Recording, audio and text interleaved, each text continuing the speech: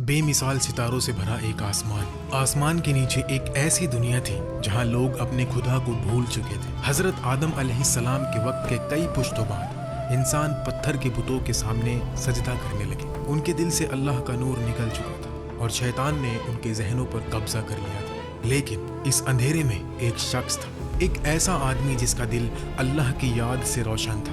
وہ آسمان کی طرف دیکھتا، ستاروں کے جھلملاتے نور کو گھورتا اور یہ سوچتا، یہ سب کچھ بنانے والا کوئی تو ہے۔ یہ سنہرے ستارے، یہ بے کنار آسمان، یہ زمین، یہ سب کسی قدرت کا کرشمہ ہے۔ لیکن یہ بت تو بالکل نہیں ہو سکتے۔ یہ آدمی اور کوئی نہیں بلکہ ادریس علیہ السلام تھے، جنہوں نے اپنے دل کی اس آواز کو اپنے دوستوں کے ساتھ شیئر کیا۔ ان کی بات میں وہ طاقت تھی جو لوگوں کے دل کو چھو گئی۔ قرآن میں اللہ فرماتا ہے، سورہ مریم میں، اور کتاب میں ادریس کا ذکر کرو، وہ صدیق تھے اور نبی تھے۔ ادریس کی آواز سن کر پہلے 7 لوگ ان کے ساتھ ہو گئے۔ وہ 7 لوگ اپنے دوستوں کو سمجھانے لگے اور دیکھتے ہی دیکھتے یہ تعداد 70 تک پہنچ گئی۔ پھر 70 سے 700 اور پھر ہزاروں لوگ ان کے پیغام سے جڑ گئے۔ ہر ایک شخص جو ادریس علیہ السلام کی بات سنتا، اس کے دل میں اللہ کا ڈر جاگ اٹھتا۔ لوگوں نے دیکھا کہ ادریس علیہ السلام کے چہرے پر ایک الگ سا نور ہے، ایک ایسی روشنی جو صرف اللہ کے بندے کے پاس ہوتی ہے۔ ایک رات جب ستارے آسمان پر چمک رہے تھے، ادریس علیہ السلام نے اپنے ساتھیوں کو جمع کیا۔ انہوں نے کہا، اے میرے دوست، ہمیں اللہ سے ایک نشانی مانگنی چاہیے۔ ہم سب مل کر دعا کریں گے کہ وہ ہمیں اپنی راہ دکھائے۔ پہلے انہوں نے زمین پر ہاتھ رکھ کر دعا کی، لیکن کچھ نہ ہو۔ پھر ادریس علیہ السلام نے کہا، چلو اب ہم آسمان کی طرف ہاتھ اٹھاتے ہیں۔ جب انہوں نے ایسا کیا تو آسمان سے ایک روشنی اتری۔ اللہ نے ادریس علیہ السلام پر وحی نازل کی۔ وہ ایک پل میں نبی بن گئے۔ قرآن کہتا ہے، ہم نے انہیں بلند مقام دیا۔ ادریس علیہ السلام نے اپنی قوم کو اللہ کا پیغام سنانا شروع کیا۔ انہوں نے لوگوں کو سکھایا کہ قلم سے کیسے لکھا جاتا ہے، کپڑے کیسے سیے جاتے ہیں اور ستاروں کا علم کیسے سمجھا جاتا ہے، جسے آج ہم ایسٹرونومی کہتے ہیں۔ قصص الانبیاء کے مطابق اس وقت تک لوگ درختوں کے پتے پہنا کرتے تھے، لیکن ادریس علیہ السلام نے انہیں کپڑوں کا ہنر سکھایا۔ ان کا پیغام ایک آگ کی طرح پھیلنے لگا۔ لوگ بتوں کو ٹھکرانے لگے اور اللہ کی عبادت کی طرف واپس آنے لگے۔ لیکن یہ سفر آسان نہیں تھا۔ ہر نبی کو امتحان سے گزرنا پڑتا ہے، اور ادریس علیہ السلام کا امتحان بھی جلد آنے والا تھا۔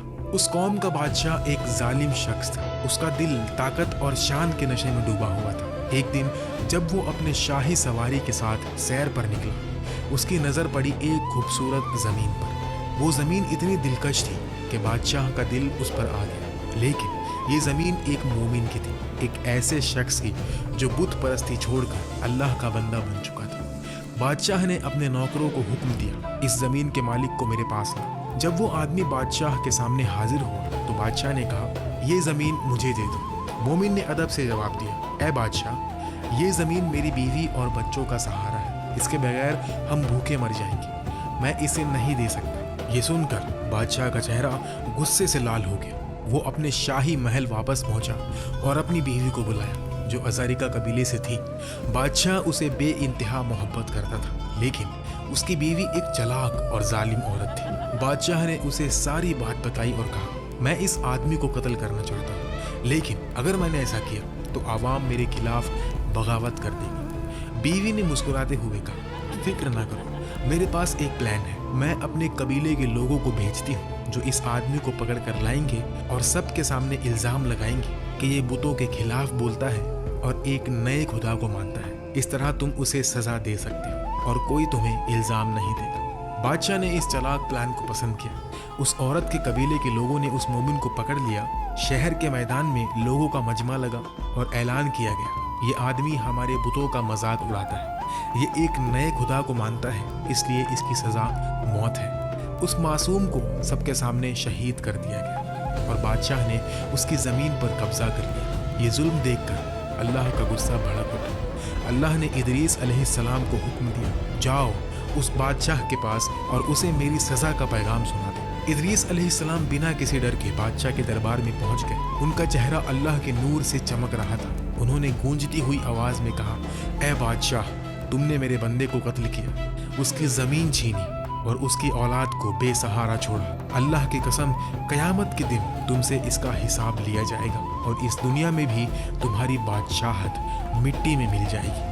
तेरी उस बीवी का गोश्त कुत्तों को खिलाया जाएगा। ये सुनकर बादशाह का गुस्सा 7वें आसमान पर चढ़ गया। उसने इदरीस अलैहिस्सलाम को धमकी दी, यहाँ से निकल जाओ वरना मैं तुम्हें भी कत्ल कर दूंगा। लेकिन इदरीस अलैहिस्सलाम के दिल में कोई खौफ नहीं था।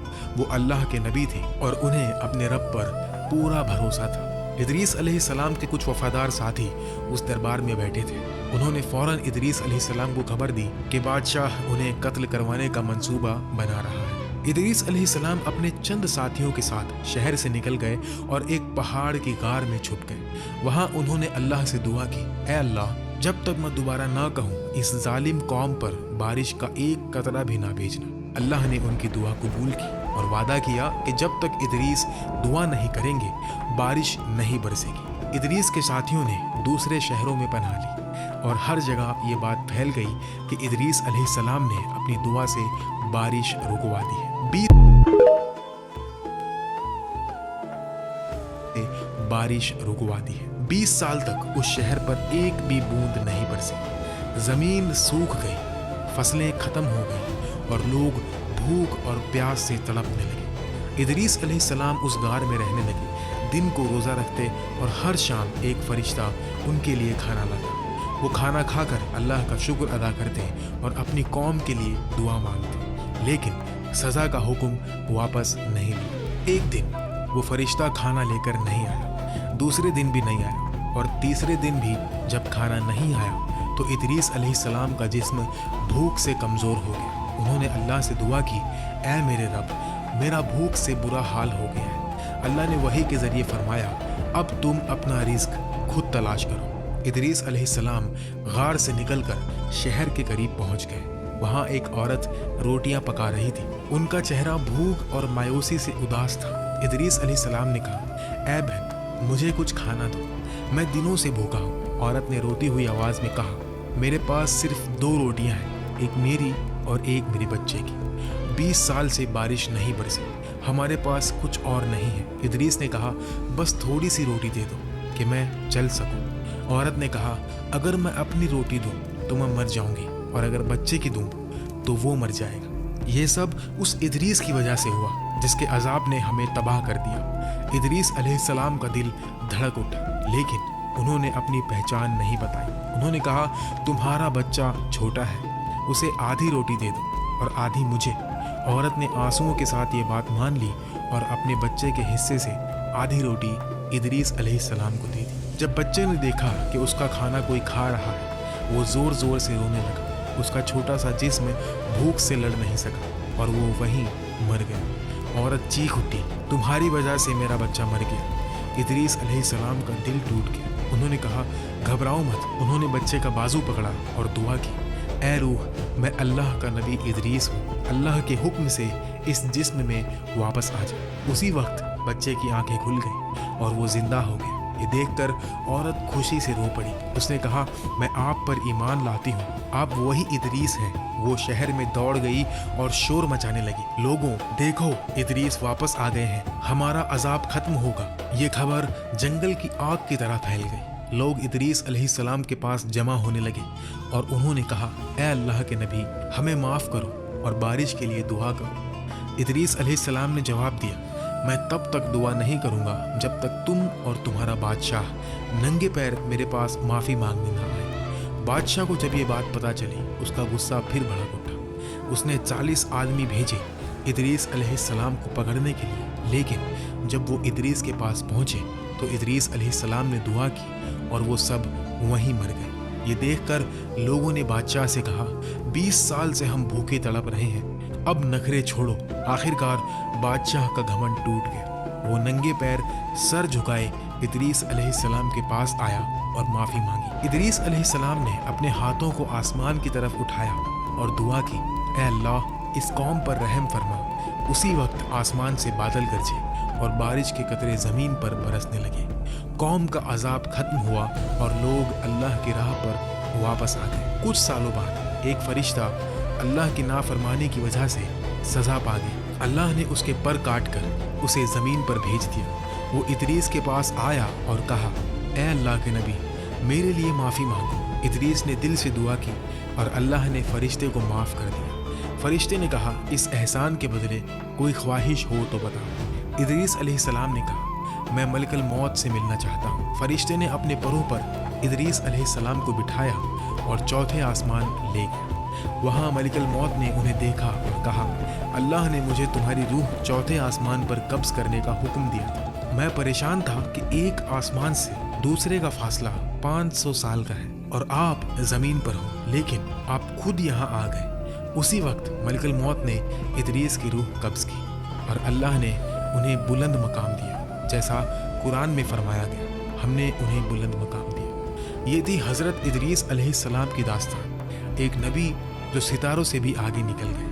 उनकी ज़िंदगी हमें सिखाती है कि हक़ की राह पर चलने वालों को अल्लाह कभी अकेला नहीं छोड़ता। वो हर जुल्म का जवाब देता है और हर दुआ कबूल करता है। अगर ये कहानी आपके दिल को छुए तो लाइक करें, सब्सक्राइब करें और दास्तान वाइब्स पर ऐसी ही रूहानी कहानियाँ सुनने के लिए बेल आइकन दबाएं। ये कहानी कुरान, हदीस और किससुल अंबिया से मुस्तनद रिवायतों पर मबनी है।